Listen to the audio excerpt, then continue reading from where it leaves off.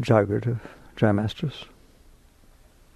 It's very important that one should never think that spirituality is about giving up anything. This whole thing of renunciation, this whole thing of asceticism, all that stuff. You will reach a point in your growth where you realize that every single moment of your life is spiritual. Every moment of your life is about your growth. Every moment of your life is about reaching to the highest part of your being. That's real, true spirituality. It encompasses everything. But it's not about giving up things. People talk about doing without marriage. People talk about doing without children. People talk about doing without intimacy. People talk about doing without money. People talk about doing without all kinds of things. A deep person asks the question, how would you know what to renounce? Like, I don't like Brussels sprouts. So if I were Catholic, that would be my Lent. I'm not going to do Brussels sprouts. Well, that doesn't count, does it? So it must be, if you feel you have to give up something, then it must be something you really want. And spirituality is about not giving up what you want, finding out why do you want that?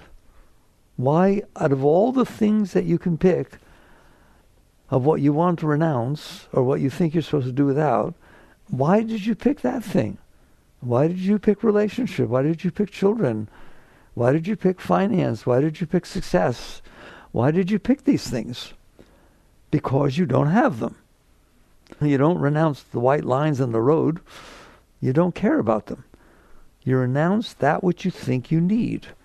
Spirituality, deep spirituality, is not about how to renounce what you think you need, not about how to get what you think you need, but how to go deep enough to find out, why do I need this?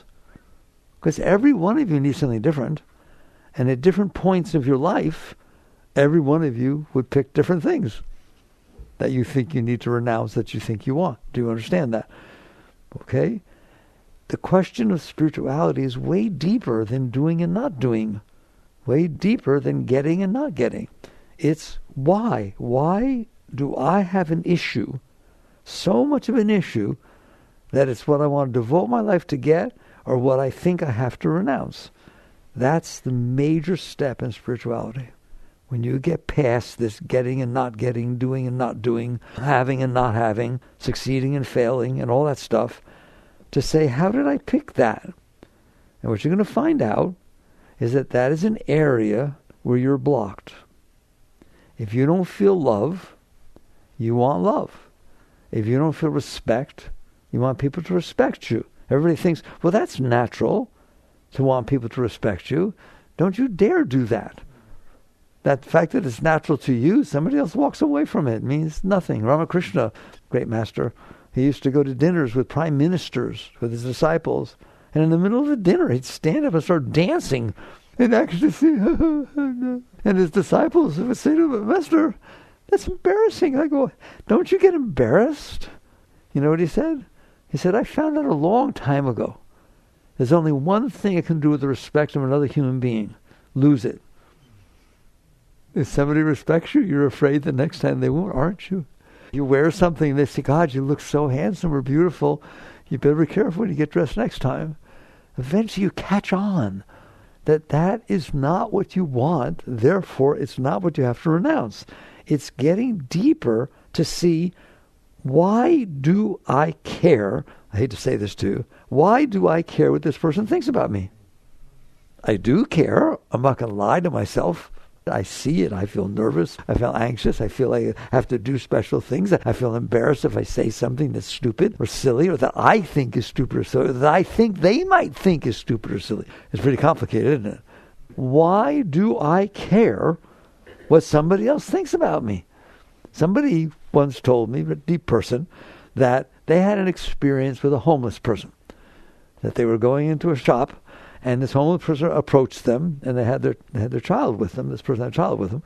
And the homeless person asked for some money, and they kind of felt uncomfortable and tried to go away from this person. So they had their child with them. They didn't feel safe and this and the other thing. And afterwards felt uncomfortable that they had done that and felt guilty and all that. In other words, they cared what this person thought about them, which is nice. But still, why are you doing that? What is that all about? There's 8.3 billion people on the planet Earth. Start caring about what they all think about you. And so you look in there. That's where we're going tonight. You look in there and say, why do I care? Not I don't care. That's just pushing it away. That's not finding out why you care. Do you understand that? I don't care what anybody thinks about me. I like to be alone. Right? That's not spiritual. It's why is there something inside of me? I see it. You see it. That gets all uptight and gets all nervous and gets all anxious and gets all needy and gets all scared. If I gave you a choice, get that person, get people to respect you, or not have that inside of you, so that when you meet a person, you just meet a person. You don't disrespect or respect. It's just you met a person. That's what you did. You met a person on planet Earth. Like meeting a dog. All right? It's just a living creature. And you're comfortable, or a cat, or whatever. All right? You just met something. Which would you rather have? That which you think you want to make that part of you feel more comfortable, or to not have that part of you. To literally not have it. Not suppress it. Just like magic wand. It's not there. Next time you walk out into the public, you see people. Not people judging you, not people liking you, not people not liking you, not people that you used to like, people that look like the people you used to not like. You're just quiet in there. You're just okay in there. And if somebody walks up to you and says, boy, you don't look so good, you say, oh, thank you. I'll have to have a look. And if somebody walks up and says, oh my God, you're the most beautiful thing I ever saw in my entire life. Oh, thank you. I'll have to have a look. Because you don't need it. Wouldn't that be nicer? Doesn't mean you don't have relationships. Doesn't mean anything. It merely means you don't have need. It really means you don't have something inside of you that's creating enough trouble inside of you to make you behave like we behave. And we all do, don't we? And be scared and be nervous and be anxious. How would you like to get rid of that? You don't get rid of it by satisfying it. A great guru once said something, I'd never forget it. He said, no one has ever gotten rid of a desire by satisfying it. No one ever got rid of a desire by satisfying it. All they did was put a Band-Aid on top of it. As long as you behave the way I expect you to, the way I want you to, and the way blah, blah, blah, blah, blah, I feel better. The moment, the instant you say one thing or do one thing that I didn't expect, how you doing? You do not satisfy that. You just temporarily placated it. Okay? So the question again becomes again and again, spirituality asks you a serious question. Would you rather have the outside world momentarily behave in a way, whatever that is, by the way, you haven't figured out yet, have you? Behave in a way that makes you feel okay, as long as it keeps behaving that way, or if you change, it better change also. It's pretty complicated, isn't it? Or would you rather get rid of that part of you? Now, what's getting rid of it mean? Rip it out, throw it away, deny it? No. That's not getting rid of it. That's denying it, pushing it away inside instead of outside. You're renouncing it inside instead of renouncing it outside. Getting rid of it means to find out, why is it like that? If your why is you wake up someday, and I really want you to, and that's why I keep teaching you this. You are sitting on a planet spinning through dark outer space. 1.3 million Earths fit inside the sun. What the heck is the difference? What is going on this planet? I know that's not nice to say, but you better get there. Why? Because it's the truth. If the entire planet blew up to smithereens, a couple of other planets would change their orbit, and nothing else in the entire universe would know it even happened. And you worry that you dropped something on your pants or your dress, so that somebody didn't say hello. Or it's raining out and you have to get out. At some point you look at that and you say, that's not going to get solved by moving to Arizona where it doesn't rain so much, or moving out to the woods where there are less people that won't say hello. I don't expect them to. It's not about any of that. It's about, what's wrong with me? Why can't I be born onto this tiny little planet in the middle of nowheres with lots of things going on? There's plants, there's animals, there's trees, there's people, there's things to do. Go to Mars. See how long it takes to get bored. Go anywhere else. that we've aimed our telescopes at, and we've looked everywhere, very far. We haven't seen anything. Fire, rocks, sand, gas. Is that what you see every day? And yet you're full of all these problems? Why? There is no reason. We will understand why before we're done. But is that reasonable? You should come on down here. And by the way, that planet has been here for 4.5 billion years. How long are you going to be here? 80, 90, 100, nothing. And you telling me you can't drop, I'm going to embarrass you. You can't drop down on the nicest planet that anything has ever seen so far, and we've looked very far. We've sent probes out, and we have these telescopes. You can't drop down on the nicest planet by far, billion times nicer, spend a few years, and have a good time. Can you? No. Spirituality says, yes, you can. Have fun. Do your thing. Right? Be a nurse, be a doctor, be a hobo, travel. And nobody's stopping you. You can do anything you want. Don't worry, you're leaving. You're not going to stay very long. It has nothing to do with any of that. It is completely meaningless, those kinds of things that are going on this planet. I told you the other day, I'm sorry, my mind, I have trained my mind. It took a long time, 50 odd years, right? You have a personal mind. What is that? The mind that thinks about you. What I like, what I don't like, what I want. You got one of those? All right. You also have an abstract mind, an intellectual mind that can think about science, about creativity, can't it?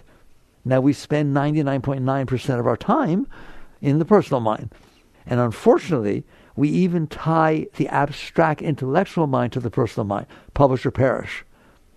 Oh, that's not why you think about things. And, name a star.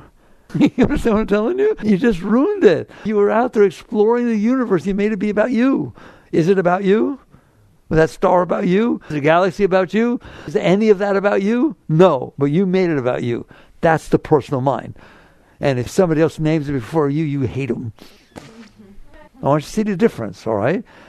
The intellectual mind, the pure mind, the abstract mind doesn't think about itself. It doesn't get ingrown toenail about what I want and what I don't want and who likes me and what's going to happen. It expands. It's creative. It's beautiful, isn't it? It's just beautiful. Explores beyond itself. That's what's going on. So basically, you have a choice as to where you live. But you don't have a choice. One, because people don't teach you to. The only thing your society teaches you to do is succeed, get the best, prove yourself, blah, blah, blah, blah, blah, which just reinforces the personal. How many likes do you have on Facebook? That's important, isn't it? Oh, are you kidding me? It's a stupid thing inside of a computer on a tiny planet in the middle of nowhere. I started telling you, but my mind likes to contemplate, and I share it with you just because I want yours too also. Okay, we just talked about 1.3 million Earths fit inside the sun. There are 300 billion stars in your galaxy. What does that mean about what's important? Why would I think like that? Because it's the truth, is it not? If one planet, 1.3 million fits inside one star, and there's 300 billion in your galaxy, and there's 2 trillion galaxies, what are you doing with your mind? You're making a royal mess out of your life. You have a beautiful, fun life. You're here. You do your thing for a while and leave. Don't worry. Nothing's going with you. The buildings aren't going with you. The kids aren't going with you. The wife's not going with you. The dog, the pets, the people, nothing. I told this story the other day, just because I want your mind to expand. They found last year, they found a black hole. What was a black hole? Every large galaxy has a black hole in the middle. And there's 2 trillion galaxies, and they say that hundreds and hundreds of billions of large galaxies with black holes. This black hole was very special because it was emanating a stream of energy out of both sides that they measured for one of the first times. I want to tell you, because I want your mind to be gone bye-bye with truth. Ye shall know the truth, and truth will set you free. The largest bomb that human beings have ever built was called the Tsar bomb. Russia built it. It was 50 megatons. Originally, they built it to be 100 megatons, but they were scared to death. I'm telling you the truth. This was back in the 60s, 70s. They were scared to death to set it off. So they cut it back to 50 megatons. They set it off. It was 1,600 times stronger than the combination of Hiroshima and Nagasaki. And all of you have seen that stuff, haven't they? They got so scared that they wrote everybody around the world and said, we are so sorry we ever set this off. Don't set it off above ground or below ground. It is the scariest thing. Let's not even get close and ever do it again. All right? So that's that bomb. That stream of energy that is coming off that one black hole is 130 billion times stronger than that every second. Can you do anything with that? I hope not. 130 billion times. That's the Shakti, the energy pouring out of one black hole, and there are hundreds of billions of them all over. And what are you worried about? What is wrong with incorporating the rest of the universe into your life, since it is part of your life? The personal mind says, it's not going to pay the rent. How's it going to take care of me? What's it got to do with my relationships? How's it going to fix what my husband did? That's the personal mind. It's ingrown. All it thinks about is itself. If you can break free of that, wait till you see what your life becomes like. You get to walk around a planet with its frame of reference where it belongs. That's what's going on out there. Trillions of galaxies, lots of planets spinning around them, and you get to be on one. All of a sudden, you start to feel honored that you're having the experiences you're having. They're not necessarily what you want to have. The problem is not how to get them to be what you want them to have. The question is, why do you want them to be that way? The beginning of the third Zen patriarch, one of the deepest writings ever written, says the great way is not difficult for those who have no preferences. Now that's inconceivable to most people. They don't even want to have no preferences. They want to get their preferences. Why? Because when you get your preference, you feel Shakti. You feel passion. You feel energy. You feel joy. I've been honest, fair enough. Okay, how long does it last? How long does what you get continue to be what you want? And how long do you want to continue to want it that way that it keeps giving you juice? Go buy a new car. See how long that lasts before it's just like any other car you ever drove. It's just get in and you drive it. I've exaggerated? So what you want, you don't want what you want. You want the result that you experience inside by getting what you want. Again, that's yoga. Notice it turns you inside instead of outside. And went back to the question, which would you rather have? Getting what you want or getting rid of the fact that that's the only thing that will turn you on? You want to be logical? I'll be logical with you.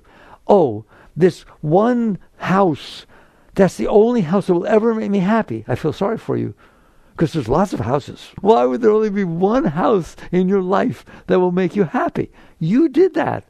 There's nothing special about that house except you said there was. Somebody else doesn't like it at all. In fact, if you found out that a mass murderer lives in that house, I don't think so. Right or wrong, that's all it takes, isn't it? One more thing to get into your mind, and all of a sudden it's not what you want, or it is what you want. So you start seeing how fickle this want and not want thing is. And you wake up to say, it isn't what I want anyways. I want the joy, the Shakti, the love, the excitement, the enthusiasm, the passion that I feel when I get what I want. Okay, then you become what we call a spiritual scientist, a yogi. That's what a yogi is, a soul scientist. Why did I pick that? Why is that the particular thing that makes me feel this joy? And you're going to find out without studying anything past Psych 101, because your mind is the sum of your learned experiences. You have had experience in your life, and it was a movie or your parents or this or that or the dream you had, that house just kind of, okay? You didn't make it up. It's experiences that you had. And so psychology teaches you. Your mind is the sum of your learned experiences. Your heart is the sum of your learned experiences.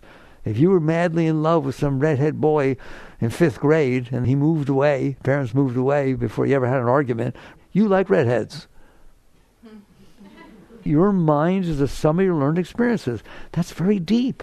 That's why yoga incorporates science and psychology, everything. Why? If that's true, then what has happened is you've limited your happiness to the sum of your past experiences. You had a baby brother, and he died. And it was very, very painful for you. Now you don't have children. Can it happen? In fact, you don't even want to get married. It's down there, isn't it? And you just decide, do I want to limit my happiness to these past experiences that happened to me? They're random. Anything could have happened. A yogi doesn't. They sit there and say, wait a minute. I've stored all this garbage inside of me, and it's deciding the one or two things that can turn me on. What if I got rid of that garbage? What would happen then? What if I was standing on planet Earth and I thought, houses are neat. They don't have any on Mars. And any place you went, it just turned you on. There's huts and there's houses and there's big houses and there's small houses and there's yellow houses and orange. How would you like that? What if every single thing you experienced made you feel passion? Because you didn't limit the definition of what you want and don't want to these past experiences. My experience is that's the bottom line of all spirituality. It's psychology. But not using psychology, transcending psychology. It is true. You're going to find out. You get uptight about things that made you uptight before. Somebody else will get turned on by the same exact thing. You may get turned on by the same thing next year. Pay attention. So the answer is not to get what you want. That is not what spirituality is about. That is not what life is about. Because it's limited. You've just limited yourself to just a few experiences that will turn you on. A great being loves you and says, I want you turned on by everything. I want you to wake up in the morning and be so excited that you woke up. And I want you to not care what happens. Why? Because I'm negative? No, because you're positive about everything. It's raining out and I wanted to go sailing. Oh boy, I don't get to go sailing. I wonder what I'll do today because I'm not going to go sailing. How would you like to be like that? Your husband or wife or boyfriend or girlfriend come home and they're in a bad mood. They march through the house and even say hello. Look at this. Look at how negative they are. It's so cute. I used to be like that. And then when they come out, you say hi. You don't give them trouble. You don't say anything. They don't need an explanation. Nothing. Why? Because you're fine. That's spirituality.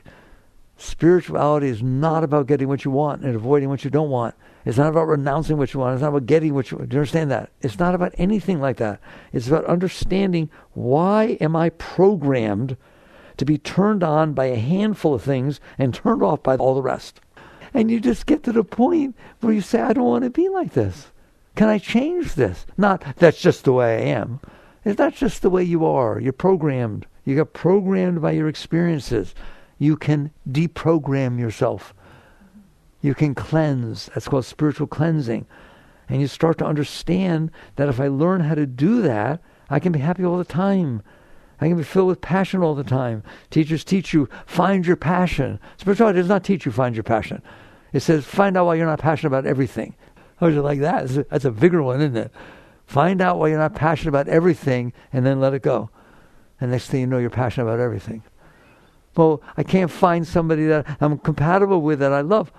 You should love everybody.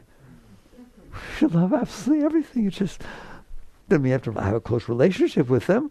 But, like, I try to tell you, if you meet another human being, and you do it all the time, they look different than you. How would you like everyone to look like you? No, that wouldn't be any fun at all, would it? And do you know that other person looks different than you? They say words. Have you noticed that? You're not going to like me, but I'm going to tell you the truth. Noises come out of their mouth. That's all they are, is noises. Your larynx, your vocal cords have the ability to make noises.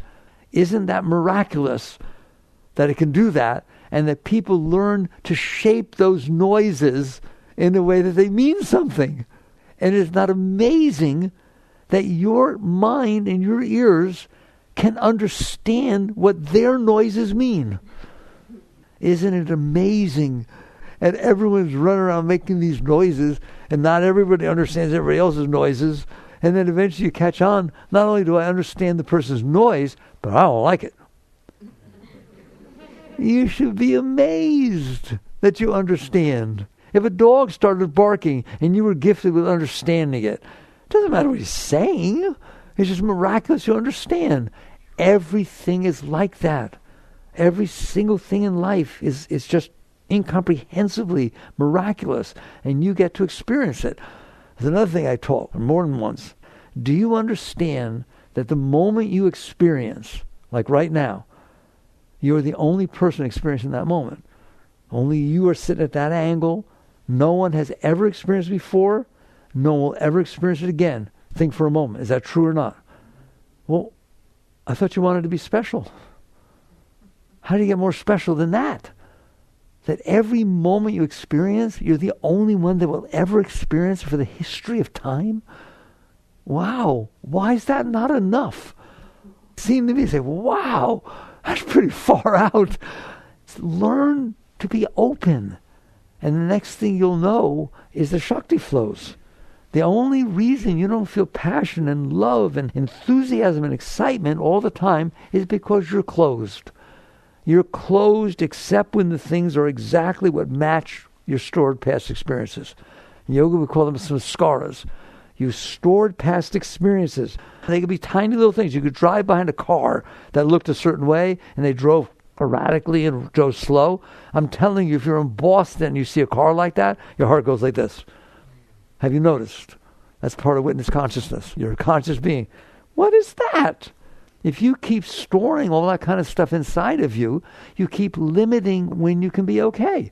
And the next thing you know, you're out there struggling to manipulate life for the moments that you call special. Every moment is special. I told you, you're the only one experiencing it. No one will ever experience it again. You better find it special. It is special. Okay? You're here experiencing this. You're going to walk out and experience something totally different. Everyone's going to experience different things too. Your entire sequence of life is a string of pearls that only you experienced. And they put it together. What should I do about that? Enjoy it. Love it. Appreciate it. Have gratitude. Say thank you. Be honored to be the one who experienced it. You should, for every moment you experience, you should say thank you. Every moment. What if it's not nice? Thank you. Why? Because it's a moment of reality. It's a moment of creation. The problem is I can't handle it. I'm closed. It bothers me. It isn't it that bothers you. It's the stuff you have inside that bothers you. There's no bother inside. There's just beauty and love and Shakti and joy and passion and excitement all the time. That's all there is. Go take a test and you think you got an A and get 2 wrong. You should be so excited. Are you kidding me? That means you have something to learn. If you get all A's, you already knew it all. Boy, we're warped the way we look at stuff, isn't it? When that comes back and you say, oh wow, now I understand. Now for the rest of your life, you learn something, you know something. But no, you get depressed. You say it's wrong. It's not okay to learn. You're supposed to be perfect. You are not. Every moment of your life, you interact with it. It's bringing you the gift of the moment. You let it pass through. You be grateful for it, no matter what it is. Sickness, health, wealth, poverty, everything, every single thing. Birth, death. Why? Because they're part of life, aren't they? No one ever got rid of any of them. They're all part of reality. What if you were open enough to embrace the whole thing? You would be filled with love, filled with Shakti, filled with joy and passion all the time. Then what? Now come out and express it. Notice, I'm not talking about renunciation, am I? That's the difference between getting and not getting, doing and not doing, being. You learn to be open. And once you're open, every single thing that happens raises you. There is no down. There is nothing. It's just a beautiful situation. So are you willing to understand that you have closed yourself and you are keeping yourself closed? And when you're closed, you don't feel good. And so you look for things that make you feel good. Either go out there and spend your life begging, stealing, trying to get what you want to feel okay for a moment, or get rid of this garbage that you've stored inside and be a whole being. Be open. Just sit there and wake up in the morning and say, bring it on. Who wants to live that way? Every single thing is beautiful, and all you bring into your life and into everybody else's life is light and love and giving. There's never a time where you sit there and say, but I don't like that. I don't want you to do that. There's, how can I help? All the time. How can I help? Because you don't need anything. That's where you want to go. That is yoga. That is what's taught in the Gita. That's what's taught in the great scriptures. You are a whole being. You're complete and whole within yourself. You're the highest being ever walked the face of the earth. But you have closed yourself. Just like the sun is always shining. There's no spring, winter, fall. 4.5 billion years. It sits out there and just shines. But there's clouds that cover it, or you go inside. You're stopping the light. So what yoga and the great teachings are about, all the deep teachings, is how to stop stopping the light. Not how to compensate for the fact that you've stopped the light. Now how can I still be okay? I'm not okay, I don't feel love, but if people respect me, I feel better. If everybody claps when I come in the room and pranams, whoa, that would be nice, wouldn't it? Whoever respected me that much. Okay? No. Then you worry what will happen next time. It doesn't change a single thing to get what you want. You're feeding the wrong part of your being. You want it because you're blocked. If you're not blocked, I'm telling you, there's nothing to want. You're whole, you're complete. What did Christ say? Man does not live by bread alone, but by every word that leaveth the mouth of God.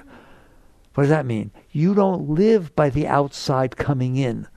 You live by what's pouring inside of you, the Shakti, the Spirit, that's feeding you all the time. It is feeding you all the time. If it's not feeding you, you did it. Nothing can block it but you. You're the only one inside. Is it not true that you've blocked yourself? Do you have things that you're scared of? Do you have things you're desirous of? Do you have things that say, I won't be happy unless this happens, or I'll never be happy if that happens? You're doing that. But a yogi says, Aham Brahmasmi. I am pure light. I am Brahma. I am Shiva. I am the light of the universe. That's what I am. Completely open, completely filled with love, pouring off of me. That's Shakti. You will feel it someday, just pouring out your centers. Pouring out. You don't have to do anything. It just is who you are, because you stop being this person that is so full of limitations that you're only okay if everything's the way you want it to be. How often has everything been the way you want it to be? And how long has it lasted? Be honest. I just don't understand. If you've done something every minute of every day of your life and you're still doing it to be okay, maybe it doesn't work. Isn't it nice to know there's another way? It's not that you failed. It's not that you didn't do well. That's like a hamster running around their wheel. God, I've been doing this for so long and I never got there. You're damn right you never got there, because there is nowhere to get. You got to jump off the thing. But I don't know what will happen when I get off. Yes, but you know what will happen if you don't. Nothing. Take a look at everyone else. Which ones do you want to be like? Really? The parents, your grandparents, the leaders. You hear me? Rich people. They have more divorces and suicides in Hollywood than anywhere else. 50% of all marriage in the United States of America end up in divorce. The problem is not the marriage. The problem is not the money. The problem is not anything. The problem is that you're trying to compensate for the blockages you have created inside yourself, so that momentarily you think, I'm happy, I got what I want. If you get rid of the blockages, it is always there. That's what the great masters have taught you. It is always there. It flows day and night. Nothing can take it away. Unless you decide to take it away, it will never stop flowing. How would you like that?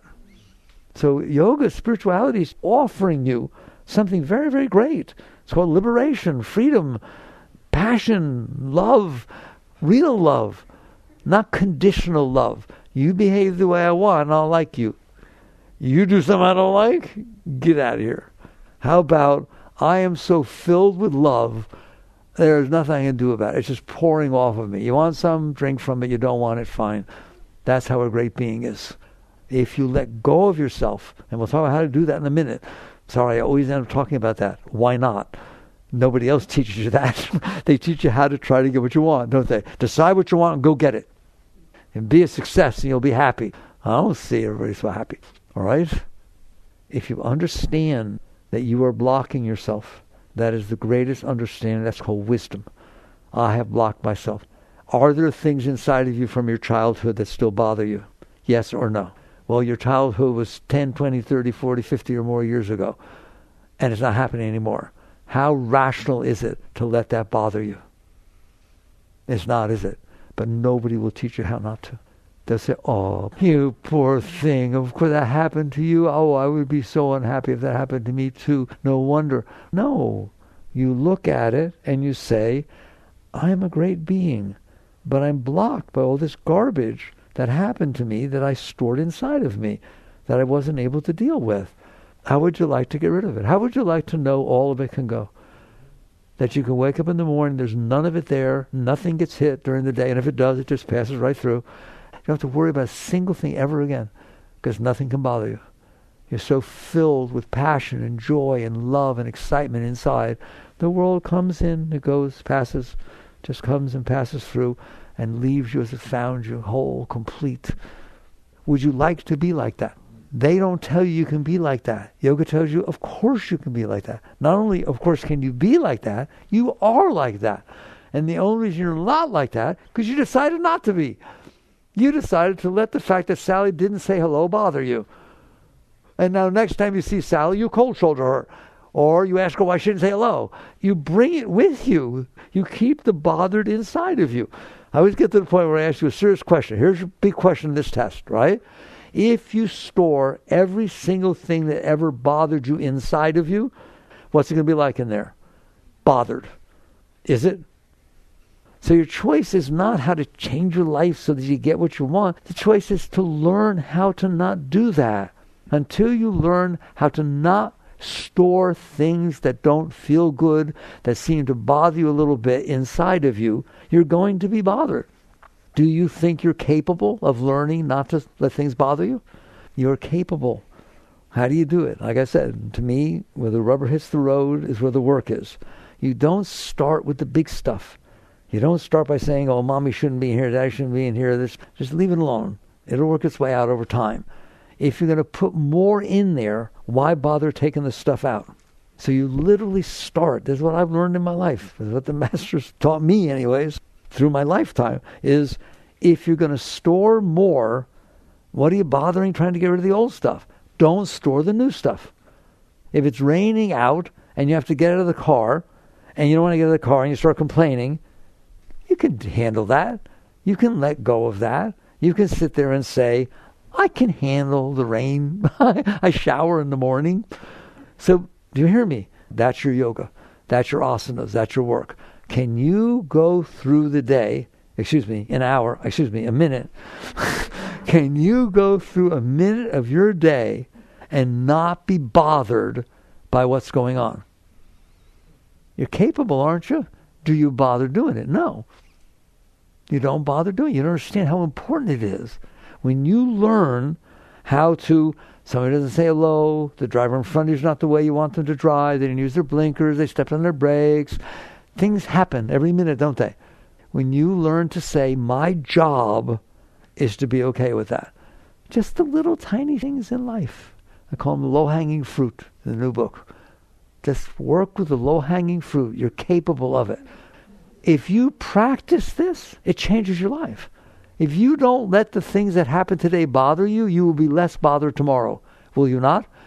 And so if Sally doesn't say hello, and it starts to go, why didn't she say hello? How about what I do? And you just go, whoa, slow down. Shh. There's 8.3 billion people on the planet. They didn't say hello either. Can I handle that one person didn't say hello? I don't even care why. She may have earbuds on. She may have been thinking of something. She may have had a hard day and she got a stomach ache. I don't care. I don't want to think about it. It's okay with me that moment took place. That's what I'm asking you to do. I can handle this. That is the Western mantra. Yes, you can do Om Namah Shivaya. Yes, you can do Shiva Hum. Western mantra, I can handle this. I can handle this. I can handle this. Because until you can handle this, those other mantras are not going to do so much. If you're going to sit there and bring yourself back down after meditating, I don't know why you're bothering. I would like to see you learn to not bring yourself back down. To reach a state and say, I'm staying here. I'm not coming down. The rain's not going to bring me down. Sally didn't say hello's not going to bring me. I can handle this. I can handle it. How would you like that? Because if you do, it's affirmation. If you do and you tell yourself I can handle this, you will learn how to do it. I just don't understand. When you started playing the piano, did you know how to play? You started learning calculus, did you know how to do it? You started playing tennis, did you know how to do it? What did you do? You practiced. Why won't you practice this? Why won't you practice the most important thing in your entire life? Getting unblocked. Practice not storing more garbage. We call them samskaras. These are samskaras in yoga, all right? Big word. Stop storing that stuff in there. Learn to let it go. Learn to offer to God. Learn to breathe. Do anything you need to do. Positive affirmation, mantras, I don't care. Can you see the benefit of not storing it in there? Are you capable of not storing it in there? Are you capable of learning not to store it in there? That is the greatest thing you will learn in your entire life. How not to store this garbage that you keep storing inside of you. And when you let go of the little things, next thing you know, something bigger is going to happen. I swear, I promise you'll be capable of handling it. You just sit there and say, I handled the rain, I can probably handle this. Is it comfortable? No. If you're trying for a sport, it's not always so comfortable, is it? But try for the Olympics. Go on, 4 years. Total suffering they go through. What do they gain? A gold medal they hang on the wall. What do you gain? Liberation. Freedom, joy, ecstasy. That's what happens. When you learn to handle the moments that happen in your life, you become free. You become open. And you're going to find out that there's forces in this world that if you start living that life, that help you. It's just miraculous. The teachings are that every being who ever reached your state and above will help you, live or dead. The forces help you up. Versus when you're sitting there trying to get for yourself, it doesn't always work so good, does it? That's what the great ones teach. But Mujnana used to teach. There's 2 wings to a bird, grace and self-effort. Your part is the self-effort, not the grace. The grace is there, but you block it by blocking all your stuff. So when you're willing to decide, that I always teach you this, sorry, I repeat myself, Earth is a place that souls are sent to evolve. That is the truth. Earth is a place that souls are sent to evolve. What does it mean to evolve? Be able to handle reality. Darwin said it, right? Adaptability. Survival of the fittest. Are you the fittest, or you can't handle what somebody said? Or you can't handle that you dropped something on your pants? Or you know what I'm saying? Can you handle reality? And you start practicing. I wish people would teach you this. They should teach us from kindergarten. Handle reality, and wait to see what happens. You're going to find out that you're filled with love. You're filled with passion. You're filled with excitement and enthusiasm. You're not. How would you like to never be afraid anymore? It's not that there's not fear. Somebody wants to ask Ramakrishna, again, the great master, does an enlightened being ever feel anger? You know what he said? Yes, but it's like riding on water. It just passes right through. How would you like that? These things, you don't have to keep them inside of you. And next thing, you're so strong, but not strong enough to fight, strong enough to surrender. Surrender is the highest strength there is. If you can't handle something, go fight it. You'll keep fighting. If you can handle something, you're the strongest person that ever lived. Everything just passes right through, leaves you free and excited and filled with passion. That is yoga. It's beyond asanas, it's beyond mantras, it's beyond all the techniques. You need the techniques so you learn to do this. But if you do the techniques and then go back out and block yourself and think you should be getting stuff and doing stuff and being important, you're not going to get this. All right. So basically, I hope we had a nice talk. I encourage you to do something great with every moment, not just great with your life, great with every moment of your life. Learn to be different. You all like to be different. You and me out here. You're rebels.